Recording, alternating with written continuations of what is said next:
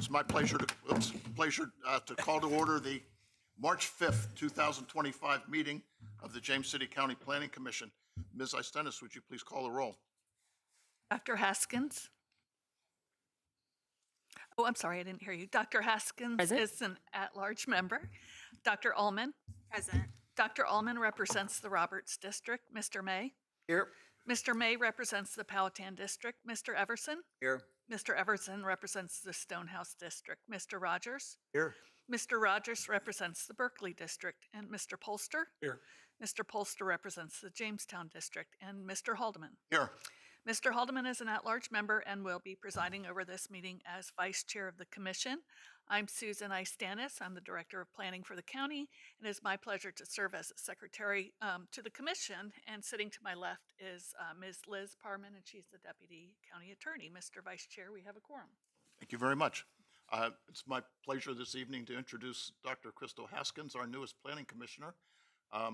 Dr. Haskins was appointed a month ago by the Board of Supervisors early February, so it's great to have you aboard. It's a good planning commission. I think you're going to enjoy this. We now have time for public comment. This is for topics not subject to a public hearing. Speakers are limited to 3 minutes. We don't have any speaker cards for this purpose, but if anybody would like to address the Planning Commission, you're welcome to do so. Seeing none, we'll move on to reports of the commission. There are none. The consent agenda today includes one item, minutes to the February 5th regular meeting. Does any commissioner care to pull this item? If not, may I please have a motion to approve? So moved. All in favor? Aye. Opposed? Thank you. We'll move on to public hearings. Special use permit 24-0030, 8429 Pocahontas Trail. Good evening. Good morning. Take it away. Thank you. Good evening, Mr. Vice Chair and members of the Commission. Mr. Bob Dittman of James City County Department of General Services has applied for an SUP to allow for the construction of a solid waste container and transfer facility, also known as convenience center, on property located at 8429 and 8415 Pocahontas Trail.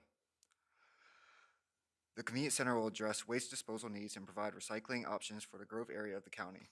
The property is bordered by Fire Station 2, Pocahontas Trail, and Virginia Power and Electric Company property. Currently, the property is zoned PL, public lands, while the other parcel, 8415 Pocahontas Trail, is zoned R2, general residential. A convenience center requires the issuance of an SUP on property zoned R2. The company property is designated federal, state, or county land, and the adjacent property is designated low-density residential as shown in the comprehensive plan. According to Section 15.2-2232 of the Code of Virginia, requires that unless a facility is shown on the comprehensive plan or other master plans of the county, the local planning commission and governing body shall review the facility to determine whether the location, character, and extent of the facility is substantially in accordance with the comprehensive plan. The proposed convenience center or facility is not currently shown on the county's comprehensive plan and therefore requires additional level review by the Planning Commission and the Board of Supervisors. For the Commission's consideration, 2 resolutions have been provided with the staff report. Staff recommends that the Planning Commission recommend approval of the proposed special use permit and subject to the proposed conditions. Staff also recommends that the Planning Commission find that the general or approximate location, character, and extent of the proposed public facility is substantially in accordance with the comprehensive plan and applicable parts thereof, as required by Section 15.2-2232 of the Code of Virginia. I would be happy to answer any questions you may have, and the applicant is available as well. Any commissioner have any questions of Mr. Sarita? Steve? I have a question, and forgive me if it's in front of me and I'm not seeing it in the materials, but it looked to me that in like the northwest corner of the site that there's a couple homes, there are a couple residences, and I was wondering, like,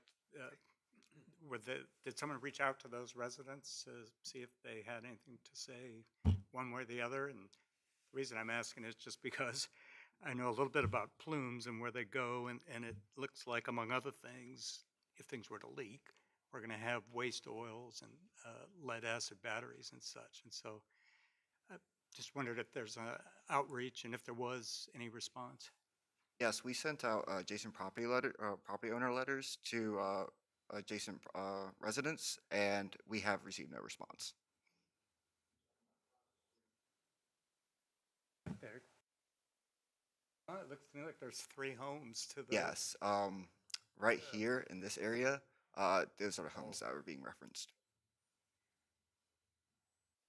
First one's hard to see. That's actually the one I was, when I drove by, it just looks like there's, at least on the road, it's sort of obscured, but it did look to me like somebody's home is going to touch The this. junkyard. Well, no, I mean, Yes, it was hard for me to see the well, home. if you look at the aerials for it, though, you'll see it. I mean, it's got all kind of cars, things and all that in the back there, which was surprising, but it's all fenced around, so you can't see it from any other place. Anyhow, I'm sorry, I didn't mean to interrupt you. That's all right. I just like to reach out. Any other questions?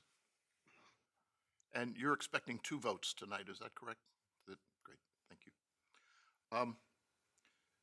No other questions? We'll open the public hearing. We have one speaker card. This is from the applicant, Bob Dittman. You're welcome to address the commission if you'd like.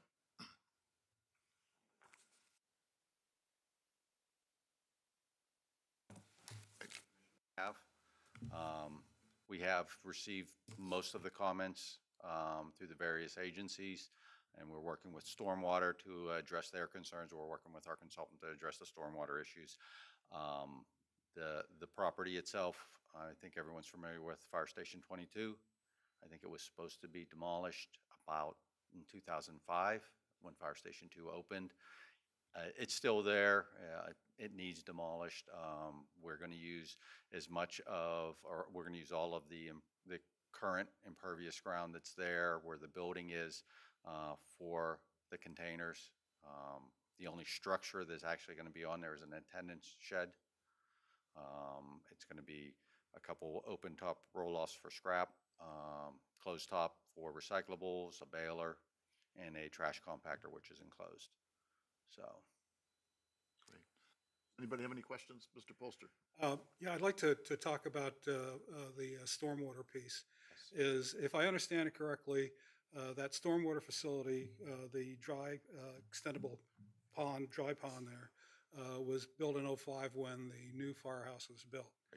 And so when you're working with the stormwater folks, what changes do you see taking place to that pond, since it was designed for the firehouse, the new firehouse, and not the new facility that you're going to put there? Well, I guess we have, in essence, 2 options. I mean, we have to comply with the new handbook on stormwater management, and then the other option will be upgrading BMP 000, which is what the number is for that BMP. So that's, I mean, the consultant is going to work on that, and it's going to address any additional flow if there is any. Okay. When I look at the aerials and I look at your master plan, there's a riser at the far left-hand side. Right. Where does that drain to? That drains underneath the Dominion easement, and then it goes into a tributary to Skiff's Creek. Okay, so that the one condition that you have for the runoff is to address any of that pieces. Yes. The second piece is that I've seen, at least in most of the stormwater BMP pieces, that there is a condition placed in there that says that before you get occupancy, that the stormwater piece has to be taken care of. Right. And I don't see anything like that in the current conditions. Well, I think in the SUP, I think that'll be part of the master plan and the design of the facility, the site plan But we don't design. see that. The master plan that you have doesn't show or indicate any of that or those upgrades, because you've said it's going to be up to your AE consultant to put that together. Right. So, I mean, it's in, I think it was in the conditions that stormwater provided to us, or some issues that stormwater raised and provided to us as part of the process. the conditions just talk about complying with. Right. The second one is the downstream. Right. And the third one is you can't use the forestry for the 25%. Right. But there's nothing in there that says that you have to meet all of those things before a level of occupancy. And so I'm asking, why isn't there a condition in there that makes sure that these things are in place, which is what we've done in previous SUPs? I can't answer why it's not in there. Would you object to having a condition added? It's the county. I mean, I would assume that the county is going to be, You it's know, not me, I mean, it's not my development. I mean, I would assume that the county is going to comply with what they need to comply with. I mean, that's, My point is if we put those sort of conditions in for anybody else, why wouldn't the county have the same condition for its own self? right. I, Just to be transparent about the process that's in place. can answer why the condition isn't on there. Is there any objection from the staff or from the legal for an addition of that condition? That all the stormwater thing be placed before a level occupancy certificate is issued? I'm getting, no, you guys don't care. Okay, anything from the legal side? Okay, I mean, I'd like to see that condition in there unless you have an objection to it, I don't have an objection with complying. okay? Excuse me, number 6 doesn't cover that? You want that more explicit? Sorry, I'm trying to get to 6. What does 6 say? Well, it says prior to approval of any site plan, a spill prevention control and countermeasure plan for the property should be determined by Director of Stormwater and Resource Protection designate to review and approve. Doesn't mean that the site plan and the execution will take place. That's my point. There's the site plan approval and then there's the building of it, which is why we put that in place. For example, I think 6 is more specific to spill prevention control. Right. My point is if we're going to do this for other SUP and other folks, it only makes sense that we're transparent about that for our own dealings. I'm Okay, fine. so I think everybody's agreed. Okay, I would agree with you on that. I think the stormwater component to be covered by number 6.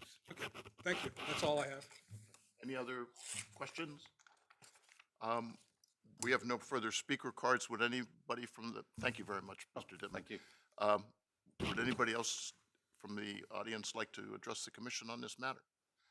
Seeing none, I'll close the public hearing, open it up to discussion or a motion.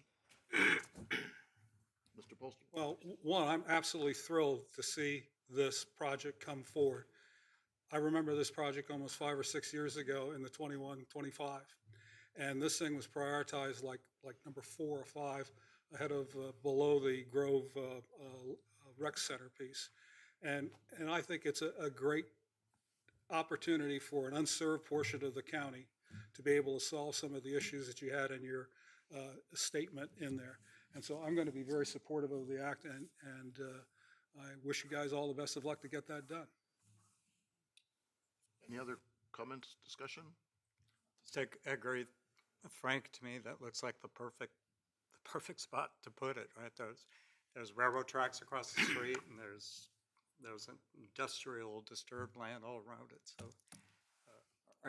Are you going to add in there the stormwater that you just brought up? Or are you going to have language that you want to suggest for this?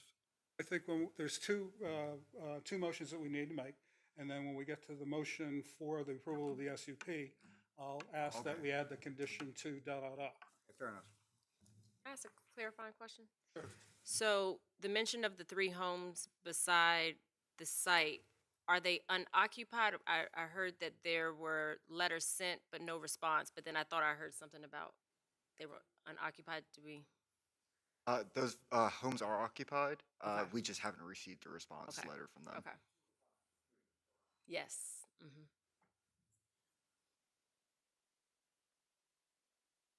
Other discussion or question?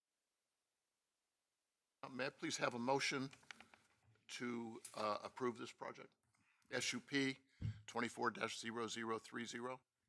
Comprehensive plan portion first? Can do that?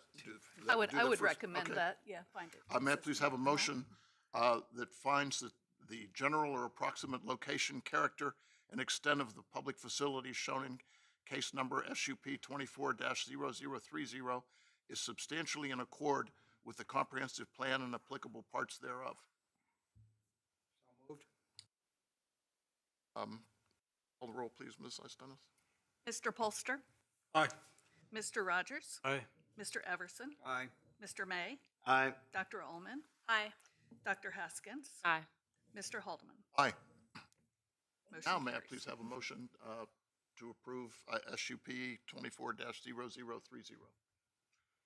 I'd like to make a motion that the Planning Commission recommend to the board the approval of JCC SUP 24-0030, the JCC Grove Convenience Center, with the conditions, plus the condition that the stormwater facility be accepted before the occupancy rate certificate is issued. Is that, I think that would be adequate.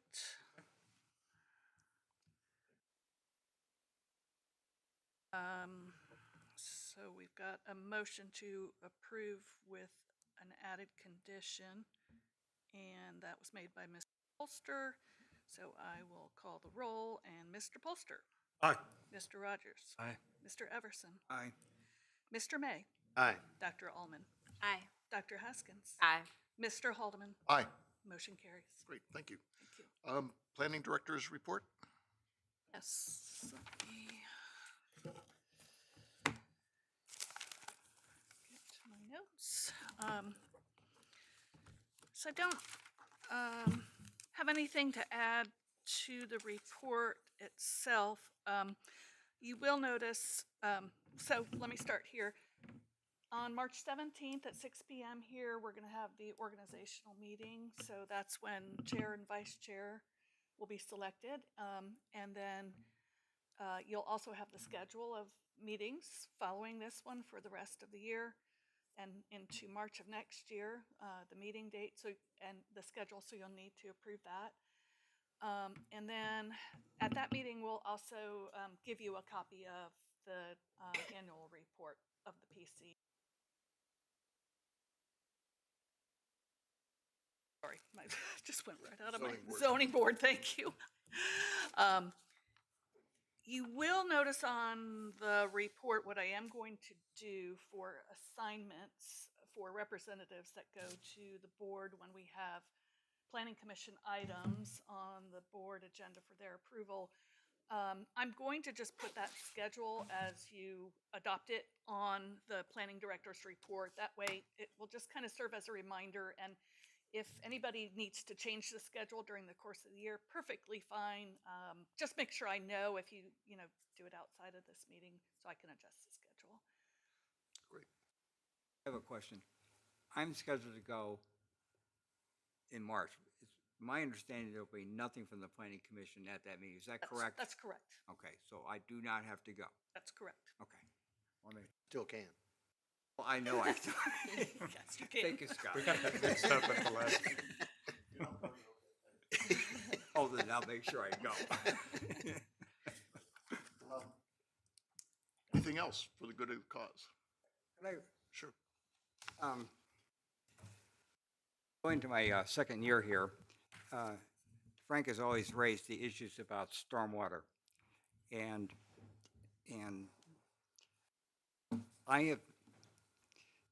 I've come to the conclusion that the engineers have done a really good job of putting the stormwater facilities together, and they get approved by the county, and everything's fine. The problem is that I see is when they're built, they may not necessarily be built as those plans said. And I have a personal example. I live in Colonial Heritage in Chancery Lane. We moved in July 1st of 2020. And we had a huge rainstorm and our backyard completely flooded out. And my wife in the next rainstorm got pictures, because we're at the 14th hole, which is up above us, of the water coming down, had a video of a river or stream coming down. So we went to the infrastructure committee on this issue. And they came out, one of them was a civil engineer with the plans. And the plans called for a stormwater grate on the golf path to catch this water and to shove it to the ravine, which was not built. Now, I don't know who approved this or why it wasn't built, but the plans were clear. And I have, I have a lot of confidence in the engineering.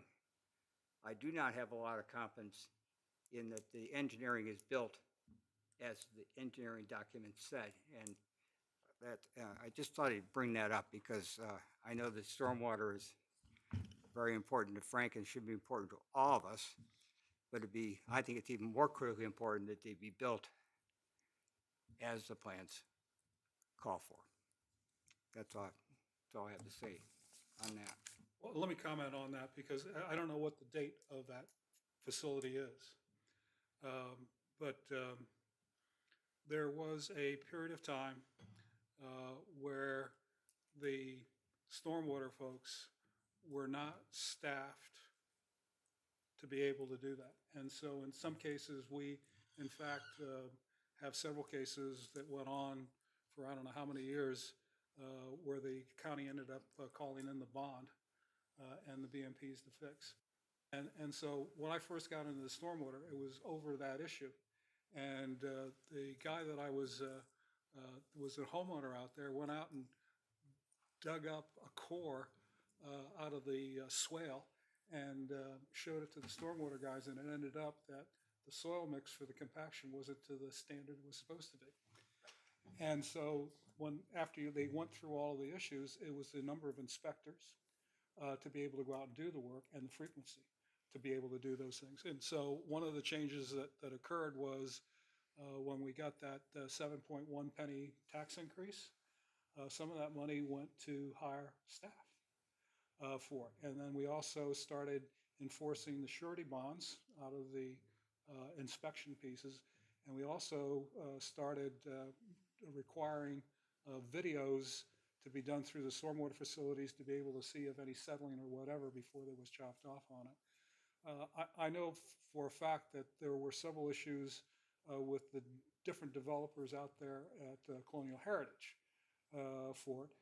And there were a number of projects out there that had to be redone that the county ended up doing because of that work. So I wouldn't think at this point that new construction and the county staff and the number of inspectors that are out there, I think they're doing their job on that. What we're still inheriting is some of the things from the past for it. So I'm sure if you went and talked to the director, Tony Small, specifically about that and talked to her about the time frame, you'd probably find out.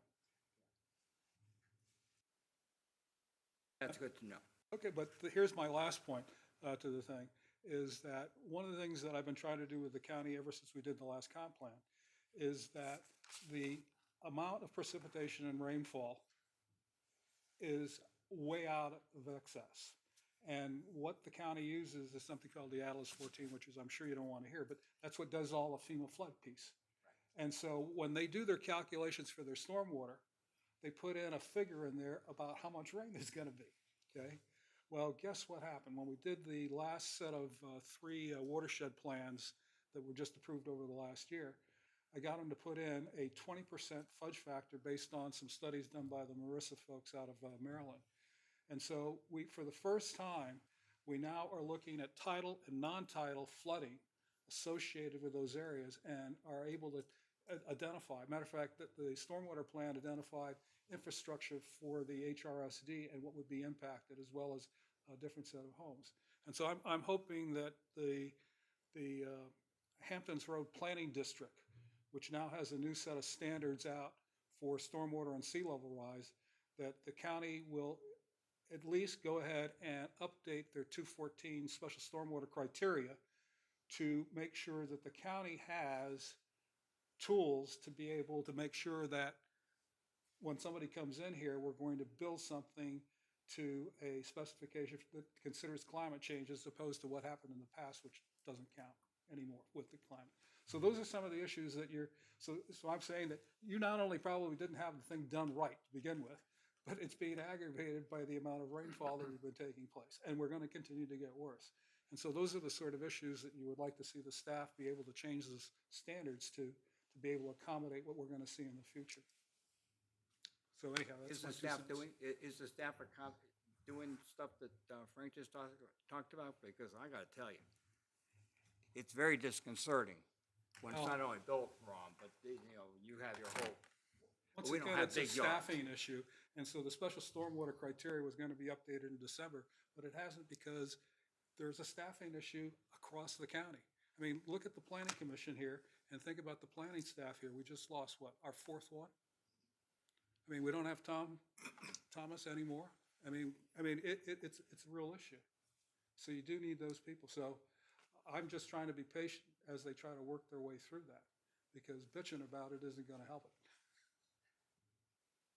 I think another problem, if you read the stormwater management plans, is that on some of our bigger stream watersheds, the development has already occurred at the stream heads. And the old saying, stuff rolls downhill. Even in places like Diaskin and Yarmouth, which has most of the watershed is still undeveloped, the headwaters are fully developed, covered with impervious surface, with a lot of automobile traffic. And yes, they did put in BMPs and so forth, but the effect of that downstream is something we're going to have to live with for a long time, I think. And what to do about that. But We're going to see that, a case of exactly what Jack's talking about when the Eastern State comes in, okay? Because the headwaters of the Powhatan for that area is up by the Long Hill Rec Center. And so everything flows down from there. Well, when you go in and you take a look at the Powhatan study, master plan that was just done, you'll see several plans, headwaters and streams that are completely eroded because the Eastern State guys did zip. And so now we're going to develop that, and are we going to compound it or fix it? And therein is the issue that we're going to see when that finally comes in front of us, is to see how they've dealt with that and those issues that were identified in the Powhatan stormwater to be able to get to the downstream. So that was my one question when I asked about the riser and where that water went. Okay, and then where there's a provision, a condition that says they're responsible for that, right? And so that's a change that just happened here in the last year. And so those are the things that we need to watch out. And that's a perfect case where that's a headwaters piece, because everything else rolls down from there. And so if you can't fix it there or you're contributing to it, you get what you get. So anyhow, I'll get off my soapbox. no, it's No, good it's okay. discussion. I appreciate your comments on that. I didn't realize that I don't know when it was built. I had originally spoken against Colonial Heritage when it first came before the board because it was run by U.S. Homes, and they were notorious in Florida for issues and got fined millions of dollars. U.S. Homes, I don't know if U.S. Homes was in there when my street was built, but I think they were there when the golf course. Okay. Thank you for the history lesson on that, Frank. I know for newer commissioners like myself, it's good to hear the background of a lot of that stuff, so I Well, you appreciate face that. this a lot on the issues like this on the Chesapeake Bay board, don't you? What happens when you get that old retired white guy? If you live off Route 5. Any other comments, discussion? Seeing you, none, Fred. I'll entertain a motion for adjournment. So moved? Thank you. All in favor? Aye. We are adjourned.